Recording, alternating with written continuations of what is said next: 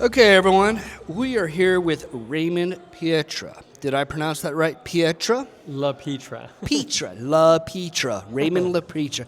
Raymond LaPietra has a very interesting life, starting from previous law enforcement with the sheriff and several different companies in the past. And then in 1982, he started his own agency with 12 models in 1982. And throughout the years, if you think about it, we're in 2026 now. And we're going to go from 1982 to present day and all the battles, the frustrations, and the challenges as you grow from 1982 until now. Because we know in between then and now, a lot of companies just don't make it, this new type of environment that we're in now. And it's very interesting. I want to start by talking how all this began. And from a small agency with just 12 models to a long-running Midwest brand that has built a reputation over more than 4 decades. You've been going for 4, man. What was your original vision when you launched Career Images in 1982? The original vision was to provide an agency that would give talent and models a chance to express themselves and actually make it a business, make money and build a brand, build their reputation. So that was the original goal. And my personal business goal was to take a small agency and develop it to a full service agency, which we did. And what we didn't anticipate was the growth. The growth was so much more than what originally, we were hoping to have happen. Well, I would say with growth, that's a good challenge to have. I would say a problem, it's a good problem to have. It's funny, you've heard the phrase, a young man will do what an older man knows better. And I was in the corporate world for 7.5 years, did really well with it, but decided I couldn't afford to work for someone else. I felt a desire, a burning element in business to be in business for myself, so I quit. And I walked away from a very good career, but sky's the limit when you work for yourself, so. I would say you're definitely working for yourself, and when you find the door that shows you that you can do it and work for yourself, when did you experience that door? At what age and back? Well, at 16, I had a rough childhood, child abuse. The state brought charges against my parents. A rags to riches story, if you will. Okay.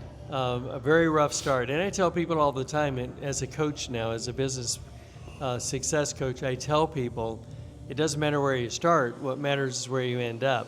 And we all have choices. Circumstances don't predict or tell us what we have to be. It gives us the opportunity to show what we can be. And a rough start just made me a really good businessman. Yeah. I had no idea all that adversity and all that rough would actually make me a very good businessman many decades later. Right. And when I quit corporate, I had a good appetite, a good understanding how a multi-billion-dollar-a-year corporation operated. And my personal opinions were, I would motivate people. I wouldn't manipulate them. I don't agree with the way they're doing this. Every decision is profit. People are profit. If you put your time, money, and interest into the people, the clients, your staff, your team members, you make a lot more money that way, but that is a foreign language to most corporations. Wouldn't you say that you work with people and trying to help them find how they can excel, in what direction they see themselves, versus usually a lot of people try and push people in the direction that benefits them. Instead, sounds like you push people that benefits themselves first. I look at it this way: you can't succeed in life unless you help other people succeed. I agree. And that was a basic and a rudimentary philosophy, and it works. So I wasn't thinking about, what can I get? A typical agent, a typical manager will look at things from a profit standpoint or what benefits them or the agency. I think that's wrong. My opinion, and it has proven to be true, is you look at the people you represent and what they can be, and you help them to achieve.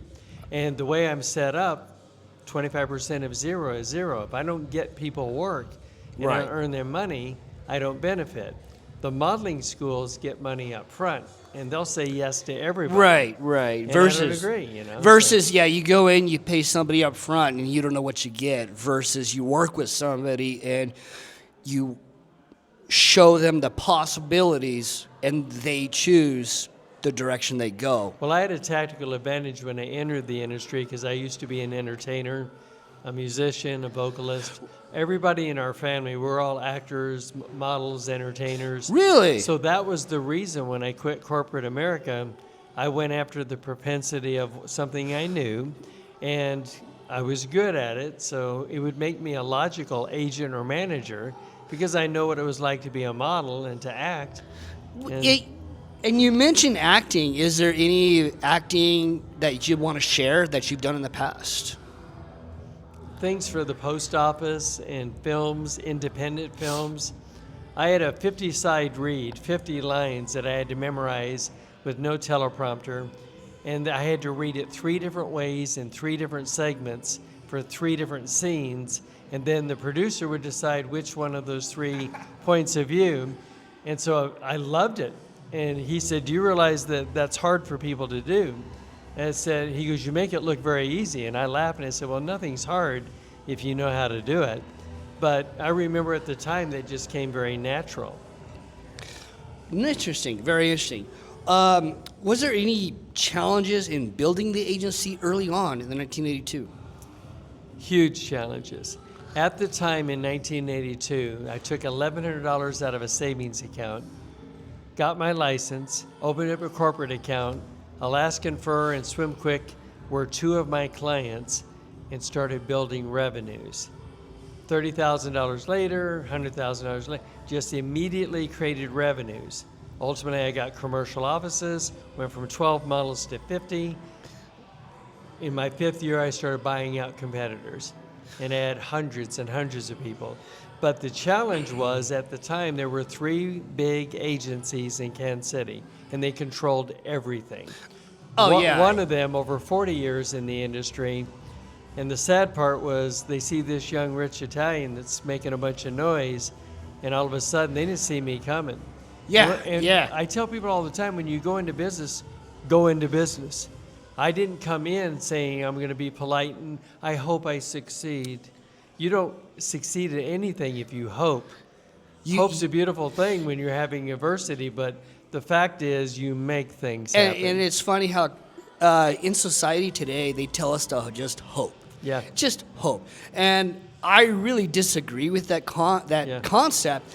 And it's really about taking action, and you take permission. You see the shiny thing, and everyone teaches us to not take the shiny thing. But then when you decide to say, no, I'm not going to listen to anyone, I'm just going to take it, and you're going to ruffle some feathers along the way. Oh, well. They tried to take me out of the industry. Slander, interference, negative, bad competition. But I had skills. Yeah. And I wasn't a bad guy fighting bad guys, which is usually what people do. They'll get down and dirty and they'll do no.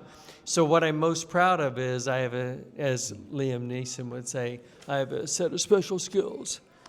Because the reality is you have to have special skills to be able to outsmart bad people. You don't become them and you don't do what they do, but you can outsmart them. You can be crafty, and then they can't compete with you. So I fought them all at their disadvantage. And the advantage was I was doing stuff they weren't doing. I was working 7 days a week. I was answering my phone. I was driving models to castings and doing bookings and prepaying models. I was doing all the stuff they weren't doing. Concierge agency is what they call that. Right. Rich with services. They weren't. People were just a number. And so I was getting those people. And as you know, the snowball effect, when you start succeeding at something, it will grow on its own momentum. I agree with everything, and it does make so much sense. We all have coaches. We all have mentors. And yes, some of my mentors have told me is just you just got to take it. You got to find the thing, and you got to get out there and just contribute. That's where it starts. It's just contribute. Find the thing. When I first came in the industry, I remember I said, I love people. I want to help everybody. I want to be friends with people. I got my nose bloody that first year quick enough. And I'm a quick learner, so in that regard. And so, no, I don't want to be friends with everybody. The experience now is I want to be friends with people who understand friendship. Yeah, People you can build equity with. Otherwise, Right. you're wasting your time. And I don't want to help everybody. I cannot help everybody. I'm not everybody's answer, but I want to help those that I can. Have you ever been in a situation where you were offered something from someone, but you know if you took it, it's not going to work out in the long run? And you actually say, thanks, but no thanks, I'll do this on my own. I said no many times my first 5 years building. Wow. And most of the time I said, hell no. I had a very wealthy man that I did a show, and he said, like this, very extremely well-dressed, powerful man. This is at the Doubletree Hotel, the Butterfly Lounge. Alaskan Fur was the show, and we would do shows every week. And he called me over the table and he said, young man, you're very bright. I love the show. I love your models. He said, I'm staying here at the hotel. You haven't made all the money that you want to make, have you? And I said, sir, I think I know where this conversation's going. And because he said, sit down, you want a drink? And I wouldn't sit down at the table. Right. Long story short, he was looking for something that we didn't deal in. And so I just walked away from him, and he was so angry. So I went to the manager of the hotel and I said, if you don't fix this, I will. And he said, do you know who that man is? I go, yeah, I do. Yeah, I do. Yeah, and it's not the least bit interested. And I said, do you know what he just offered? Gave me his room key, and there's 5 $100 bills, then there's 10 $100. And I said, do you understand what he just did? And I pulled my suit open, badge and a gun, because I was running. And I said, do you understand I could arrest him right now? Because you were the sheriff. You were a sheriff back Yes. then. Yeah. It was funny. And he goes, but you don't understand who he is. And he's a very valuable guest. He actually is part of our investor pool of this hotel. I go, I don't care. Young kid full of vinegar. And I said, if you don't handle this, I will. And my way is noisy. So Joe Maher was the manager. I said, you either handle it or I will. Interesting. Talk. And so he went over. Anyway, they made him leave the hotel, leave the lounge. Wow. And nobody tells this man to leave. He comes back out to the show the very next week, and I'm angry. And I said, what is that man doing? I had a headset on right before we went out. And he goes, no. It's okay. Just the models don't need to go to that table when they're modeling the first. Just bypass the table. Anyway, when it was all over, he called me to the table again. I went over with my arms crossed. He said, young man, I owe you an apology for what I said and did last week. I was drunk on wine, and I said, sir, I don't want to hear it. There's truth in wine, and you showed me who you are. And I'm an agent. I'm not the other. Right. And it's funny how when people come to you and actually apologize or explain to you, that just tells you the type of person they are. It was a reflection because he said, young man, you have a character that I don't. And he said, and I like your style. I checked you out, and there's a whole lot to you. And I was young, still building. But I remember at the time, I ended up saying, we're not going to do business. And I didn't do business with him, but I did appreciate the apology. Okay. So the industry, I say this to models, the industry is full of seductions and temptations and all of that. But a good man isn't tempted, and a good man won't even consider something wrong. It's about being the good man to voluntarily place yourself in that position and have the control to not take part of it. As I grew, I've done parties with A-list celebrities and their $90 million estates. And you see everything of how they live. And I hate everything about Hollywood. There's Right. any part of it I like. I call it Holly weird. I just don't like any part of it, what it represents, what it's based on. It's like, when was the last time Hollywood is putting out anything good lately anyway? I know. and so when you see what you don't want, it makes it a lot easier to recognize what you do want. And I think that now that we're seeing, or I see what I don't want to see, now it's like, okay, now if I know what I want to see, let's go do the thing to make the thing that I want to see. Well, and remember this, as you grow, you become the force. Yeah, Merit I agree. breeds merit. Success breeds success. So this went farther than I thought it would, because I didn't realize how aerobic and what a blood sport the industry was. But by God's grace and protection, we succeeded. And Right. now I'm helping other people. Right. And I protect people. You become a force, because you don't last 44 years by cheating or doing something wrong. And it's more than just having skills. My attitude is the reason I've lasted is because I'm principled in a non-principled industry. Now, in the past, you talk about protecting people. We all want to protect the people we like, and the people we love. But when does it become a point where you just got to let them make that choice and just go? You just can't really control a person to a certain point. To answer that point, most of the time I'm protecting models from themselves. And I know you know what I'm talking about. Yeah. The outside predators and the things that are not good, that a good agent will protect people from. Because I only deal with legitimate people. Okay. I don't play gray. I don't play the bad side of the industry. Right. And it's hard because so much of it's so corrupt. But there is good work, and there are good people and legitimate clients and legitimate bookings. So we play in that playground. But I am spending, when I first started the first couple years, only a small amount of effort trying to protect my people. 50% of my time and labor now is making sure it's legit and cross-verifying everything, measure twice, cut once, because there's too many traps. And photographers can be one of the biggest traps. I've heard about this with photographers. I have been told by other sources that sometimes they just say, yeah, they're fat, they just don't know how to dress, they just don't keep themselves up, but they're always there at the thing. But it's just, I don't know why, but there's some photographers who I have met who are really good and kind, but then there's some to where I met one and he was mate guarding. You ever heard of the term mate guarding? Yes. And it's not just with friends, it's also mate guarding into a scene, a social circle type thing. Even worse. Yeah, but I saw what it was. It's like, okay, whatever. I moved on. I'm not going to try and I'm not going to pry. Just move on. Looking back, what are you most proud of about in the way the company grew?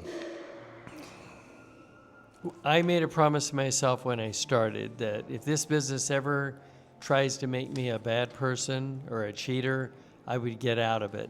And again, I keep in mind back then I didn't know how deep the water was and how big the monsters are down in the dark. But I am most proud of the fact that I have not let it turn me to be illegal or a liar or a cheater. I haven't cheated to do it. And it's hard because bad guys will go places you and I won't go. So we have to have certain skills in a certain way to still be effective, but we're not going to do something wrong. And right and wrong is a black and white issue. You can't be a little bit pregnant. So people say, well, it's a white lie, or that's okay to do. No, it isn't. And so being conservative and saying, I'm not going to do that.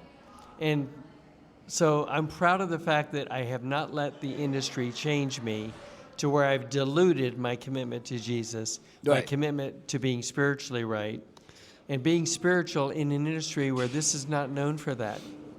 I'm outnumbered, but I'm not outpowered.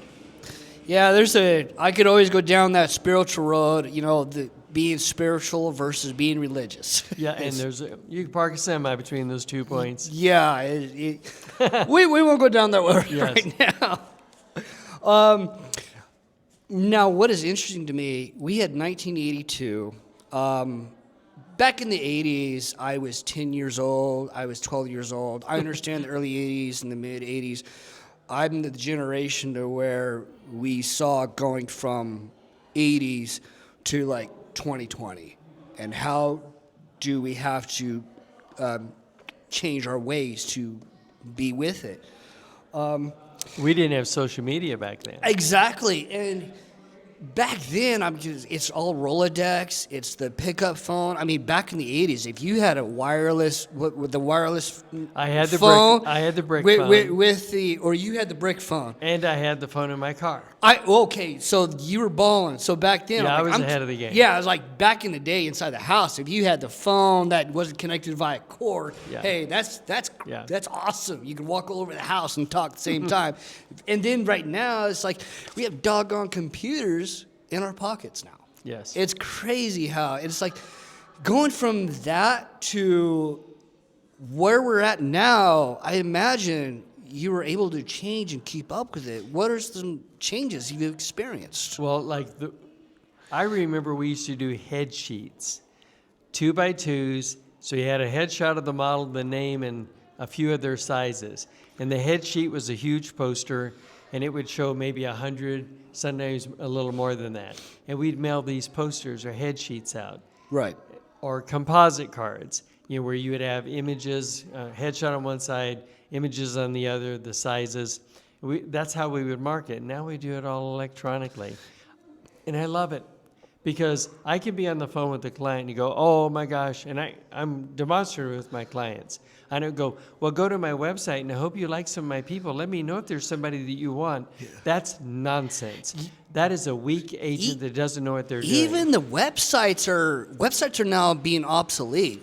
It sounds like, for me, it sounds like if you use like Instagram, the latest is Instagram. Yes. And if you use it properly, that is your business card now.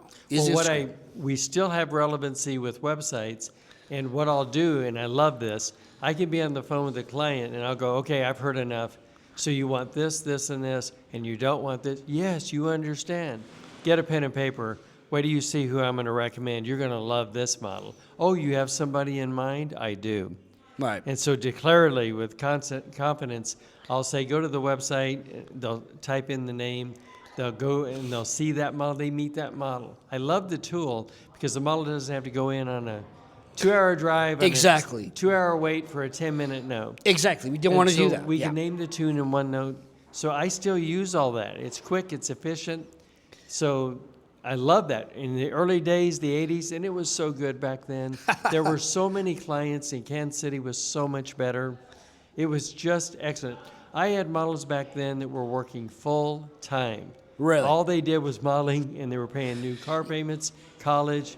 I don't have that many of them doing that now. Yeah, it's kind of funny. Like when one of my favorite questions on the street is, on the side I do street work. Yes. And one of my favorite questions is, if I took your phone away from you now and you go out in public, would your dating life improve or get worse? And I'll bet, what's the answer you get most often? Right now, it's kind of like I get a question look. They have this look on their question like, what? Right. Yeah. It's funny. It's hilarious. Some people just can't function without a phone. Right. And I'm old school. We both are. So we remember basics never change. Technologies and methods might change, but the raw basics don't change. What has changed the most in the modeling and talent industry since you started? And I think we've already talked about that. Kansas, the Midwest, there used to be this much work, huge circle, and this many people trying out for that work. So it was flipped to where there were many opportunities and plenty of feed for everybody. It's the opposite now. You have a lot of people, trying out for a much lesser pool of actual work. So it's flipped. And Kansas City used to have so many clients, and it used to have so many opportunities. I remember Walmart, which is one of my biggest clients. And I remember I said, we are providing models that don't look like models. This is what we call character looks. Yeah. These people look like everyday people. Yeah. Because they're buying a customer is an everyday person. They're not a stick-thin runway model. And sure enough, they figured it out past a certain point, and they said, we're just going to hire our employees. But I had a real good run with them. And of all of those agencies that you, or I would say clients like Walmart, what are some of your favorite clients throughout the time, and you still work with today, maybe? Hallmark is good, and the reason is it's many clients. They have a diversity. I used to have the 12 Jones stores, which was the biggest, very impressive department store, and I had all 12 of them, but they were 5 clients. We did their on-site promotions, their print, their TV commercials, their fashion shows. We had all these product endorsements. So they were like many clients all mixed into one. And I went in there, I remember Ann Hill was in charge of the fashion shows. Very good at what she did. She said, young man, I know you're new. You got a really good roster of people here, but we're afraid of new. And you're not proven. And how do I know what your agency can do? And I'm listening. And she goes, why are you grinning? And I said, you're going to like the way I work, and you're going to like my people once you've worked with them, but you'll see. And she said, well, I'll try you out and we'll see. And so she controlled everything. At the end of that first year, her comments were, Ray, you know what we need, fill it. Right. Good old-fashioned merit. And we were hitting the mark, and we hit it every time. And then I grabbed all the other departments. And so that's what I did with all the clients. Here's the mistake people make. They get a client and they service that client with a primary index need. But if you are a full service agency and you could do more things for that client, but why would you not say that to them? So at the end of the first year, grooming and handling my clients, I would go, now you know this company, our agency doesn't shoot blanks. Oh, you guys are great. We can help you in other ways. Would you like me to tell? Are you serious? You do commercials? Yes, we have all commercials. So it's and not I'd just name off other divisions. Yeah, so it's not just modeling, like a fashion show that's going to be going on tonight, which I'm looking Yeah, forward tonight, to. yes. But would you say, is a fashion show more of just like, hey, let's have a party and have some fun? Fashion shows are short-term instant gratification. Okay. You get the applause, you get to enjoy it, it's a now value. Print can create more bookings, and you can go back and look at the ad or look at the tear sheet and show the tear sheet, which gives you credibility. And a client goes, well, because you've done these other things, yes, we'll hire you as our spokesmodel or our print ad. You know, so that's how it works. Every booking has its merit.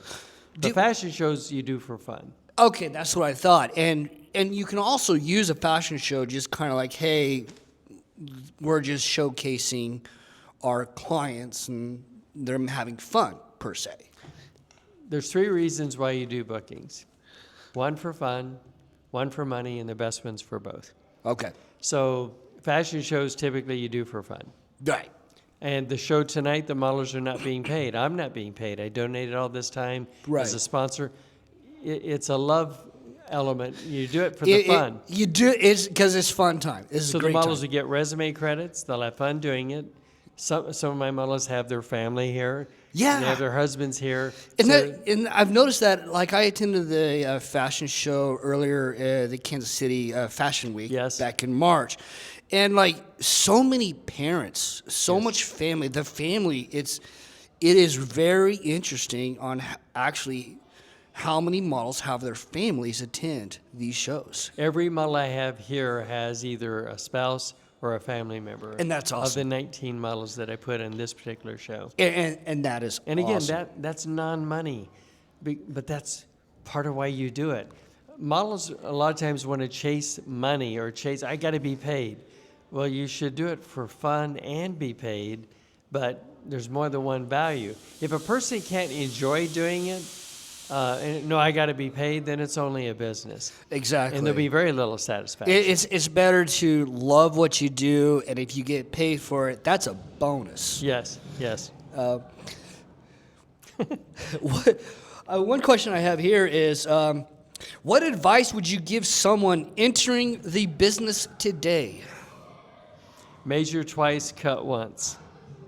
If you don't turn over almost all the stones in the field and know your market and look at all of the people you're dealing with, you're taking a calculated risk likely to not work in your favor. So I tell people you should say, well, have you looked at more than one agency, or have you compared them? Have you looked at different photographers? Have you looked at all of your opportunities before you go into the industry? Most people don't. Most people pick up the phone, and whoever is polite or that first call went relatively well, they make a decision. I'm a fan of comparing stuff. I'm a fan of knowing what my choices are and then picking what I think is the best one. So I tell models, don't get in a hurry. I give this advice a lot.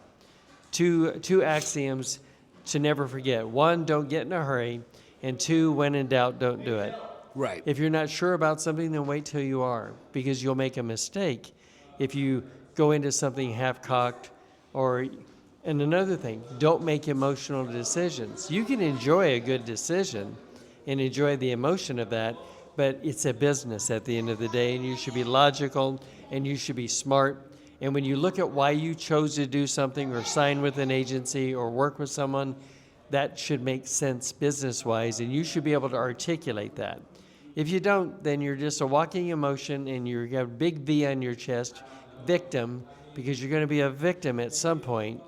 So I tell people, be careful who you deal with, and let it be someone proven, because newbies are always scary because there's no track record. And people say, oh, I love what you're saying. And I tell them, don't go by what I'm saying, go by what I do.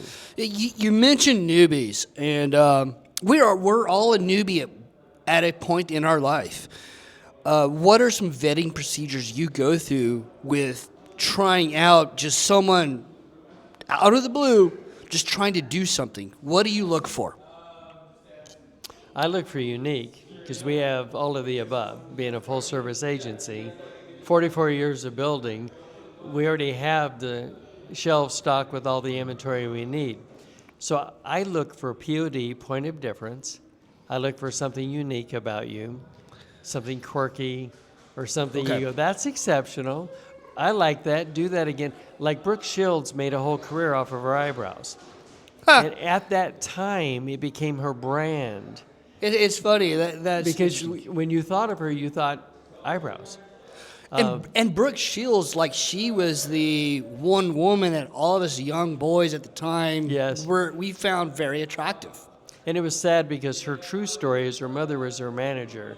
And her mother looted her opportunities. I don't agree with it. Oh, boy. The mother saw the opportunity and abused it. Oh, she would have been goodness. better to have an agent or a manager that would have handled it a little more objectively, but that's not how that went. Yeah, it's sad how, like, who is the Britney Spears?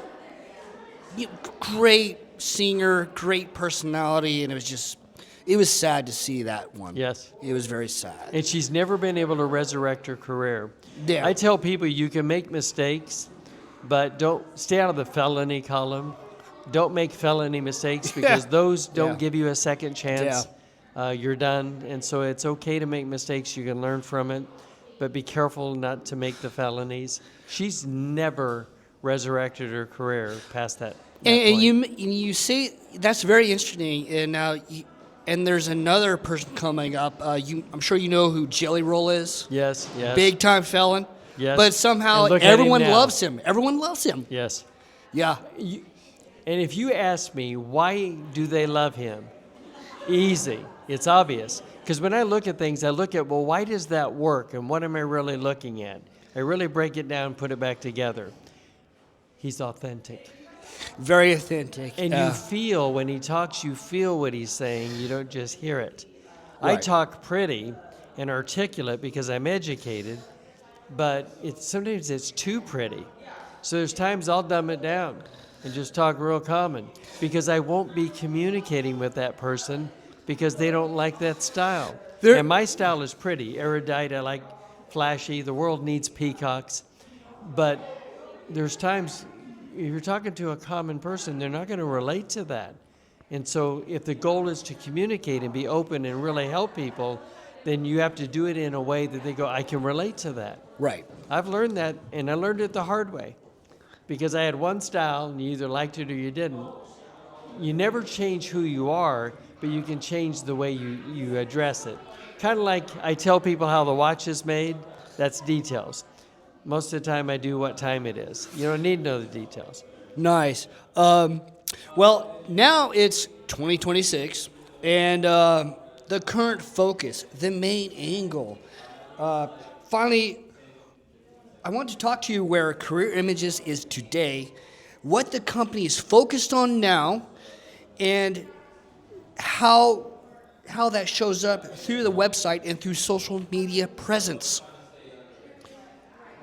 What I'm doing now is maintaining what we built, but I fight every day to keep it from being huge. We're a big agency now, but I don't want to be huge anymore. It's like there's that limit because is it more about you fear if it gets to a certain level, it's going to get out of control, and you just don't want it to lose its core foundation? The core foundation was to help people and not be so big you couldn't enjoy the now moment, or you were so busy the schedule was driving you and you had very little control over all of it. So I'm in a sweet spot because now I'm mature and I've learned some things over the years. So I have a big agency, but I don't want it to be too big. I have good quality people, but I'm not trying to represent everybody in North America.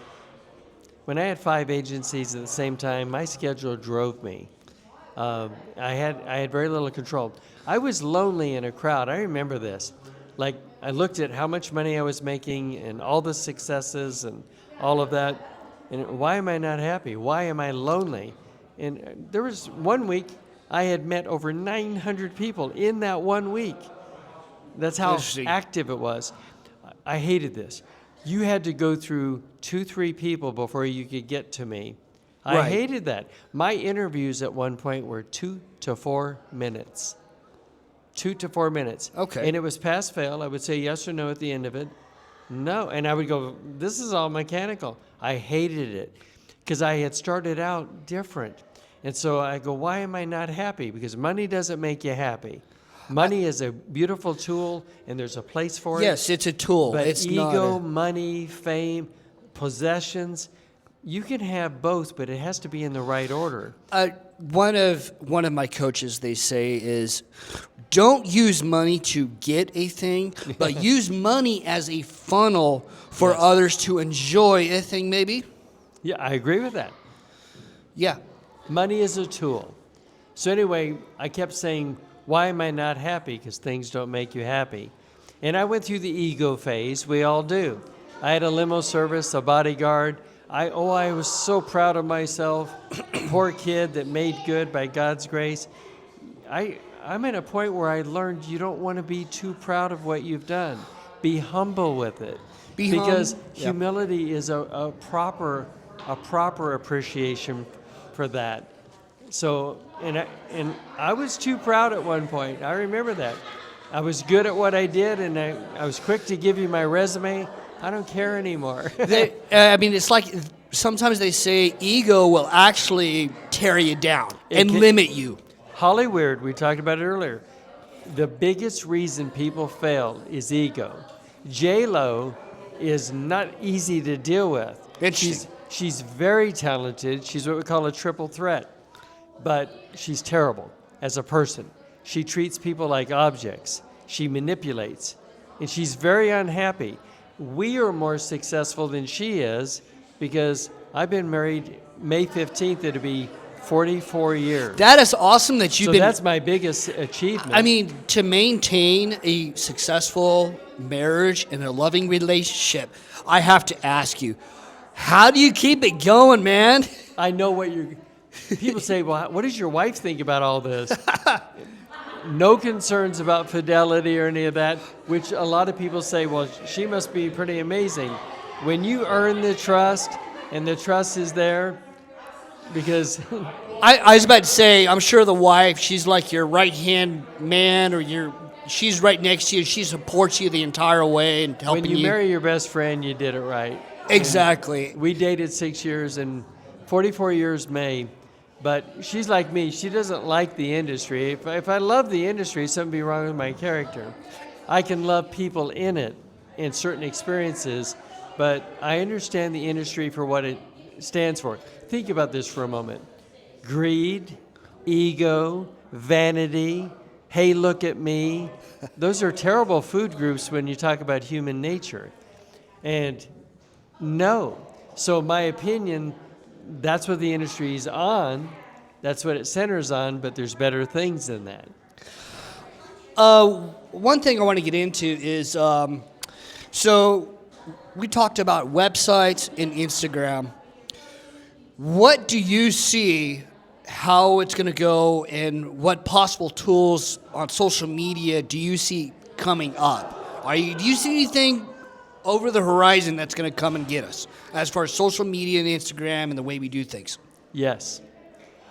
I've always been ahead of where we are because I tell people you shoot at where the target's going to be, not where it's at. Otherwise, you'll miss it. So in this situation, AI ultimately is going to replace live, walking, talking human beings. That is a big thing, is And AI. I don't like it. Yes, and that is a big talking point now with my coaches, is Yes. that they tell us you have to learn AI. My coach has told me you want to lay all 5 main AIs up in front of you and ask each one the same question, and even one AI will give you an answer. Well, you copy that Yes. and you put it in the other AI. So then you try and get the other AIs to Yes.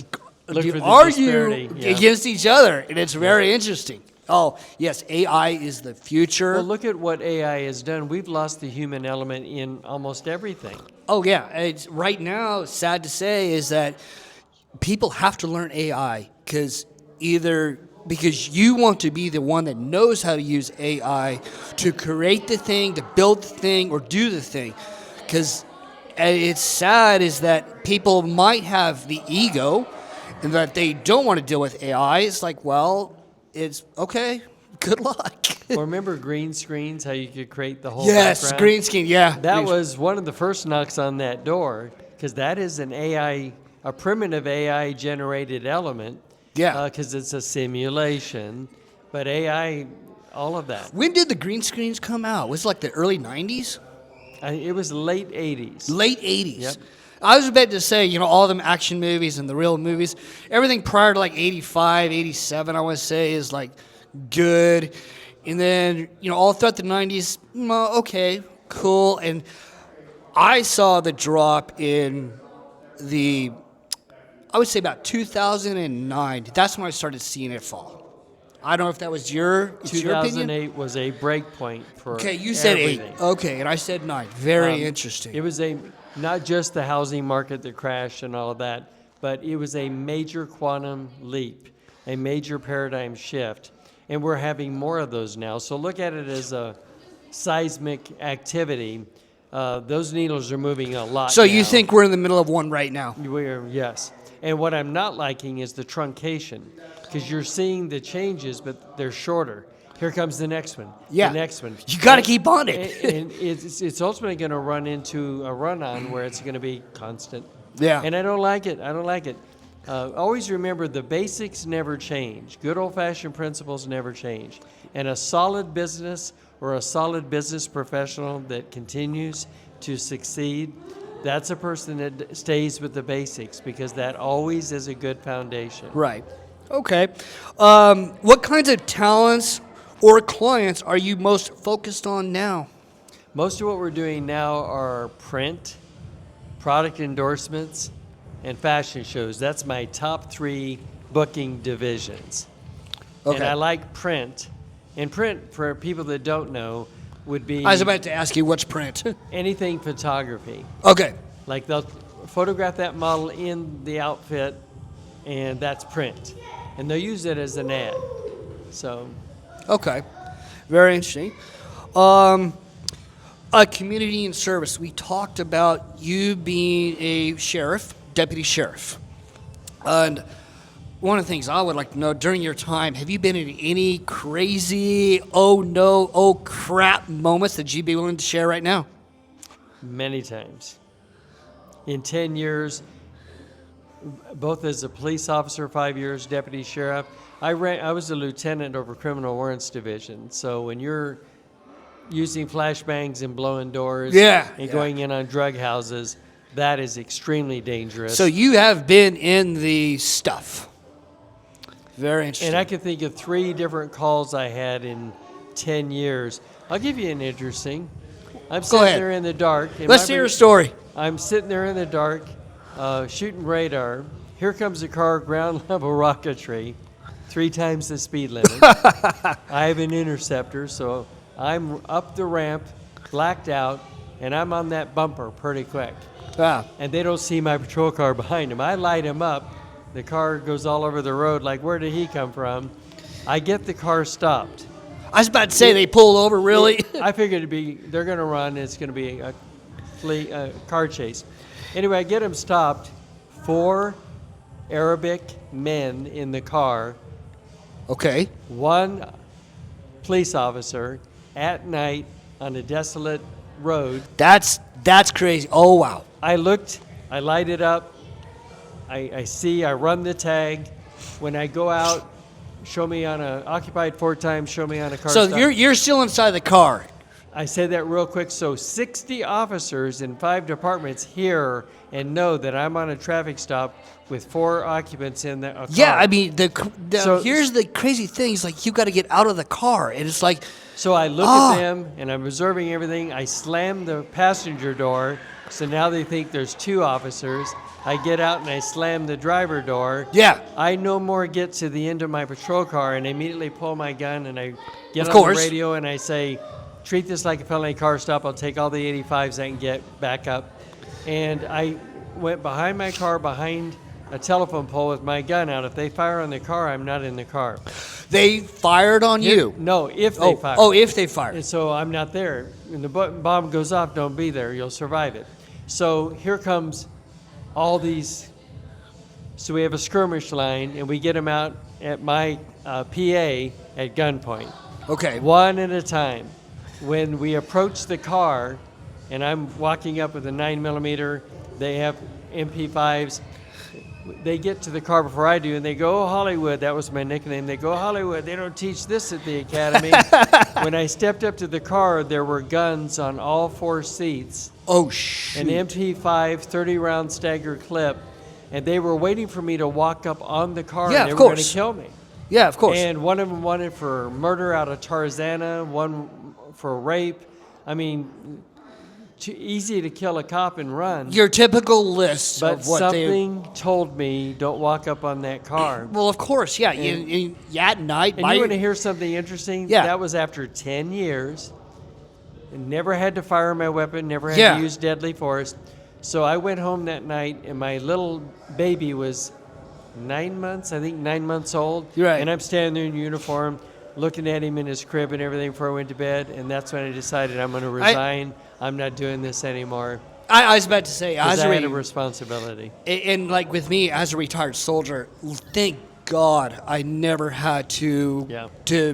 pull my weapon and use it. I was never Yeah, we been had as, pulled our weapons a lot. and yeah, But you don't want to use it if you you don't don't have to. want it. And a lot of people think that sometimes. You want to hear something interesting about those Yeah. 4 wonderful individuals in that car? What is that? One of them was identified many decades later as one of the 5 people involved in 9/11 Oh gosh, yeah. that were in the planes.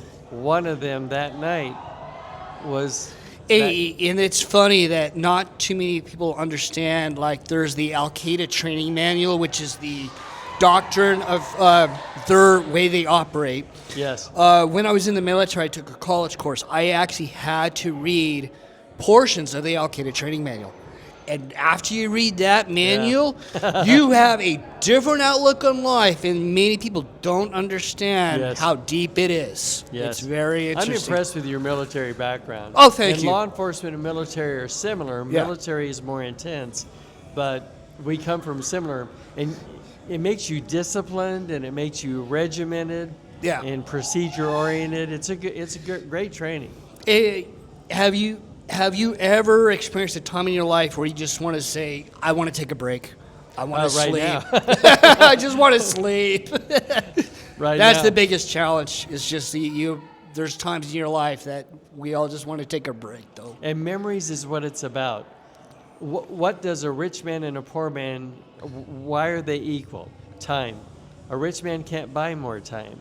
Right. And so all of us are allocated the same amount of time. So as I've gotten older, man, all the more. And I value my time, and I'm careful who I deal with. because memory is a lot better than possessions and things. Yeah, if I would have to do it over again, there's a lot of things I just would not do. It's very interesting. I was prosperous a lot of years before I became successful. And I Right. didn't know the difference in the beginning. But once you get past a certain point, you realize, you put that in perspective, and you learn. Prosperous versus My successful. prosperity was money and houses, and I get the best seats at restaurants and free things, and your fame and your social mobility. That is all prosperity. Right. Success is the things money can't buy. Okay. The things that really matter and last and endure, like being honorably married Yeah. for 44 years, or being so close to my grown sons. Okay. And I mean, we're extremely close. Your family, what's the family dynamic, your age of your sons? 31 and 28. Okay. Okay. And would you like to share, what are they doing? Tim sells insurance Okay. and does extremely well with that. And Adam works as a manager for Equinox, which is a celebrity fitness center in California. I've heard of the term. Mel Gibson, I Schwarzenegger, think all I've the- heard the name Equinox, but I'm okay. Yeah, very interesting. And they both modeled for me for 4 years each and did really, really well. Okay. Made a lot of money, did really well. What keeps you motivated and excited about the work, even now? More of it is shifted to guiding people in consulting. I have a consulting company of 44 years, and it is competing with my model agency because the growth of it. But I give so much advice to models, and I've put more attention on not so much as not booking them as much as I get them started or help them to get success. So more focus on that. Okay. Okay. Kind of like a final wrap up. If someone is hearing your story for the first time, what do you want them to remember the most? That there's really no limits. Anything you really want, you can have. Your success is always a decision.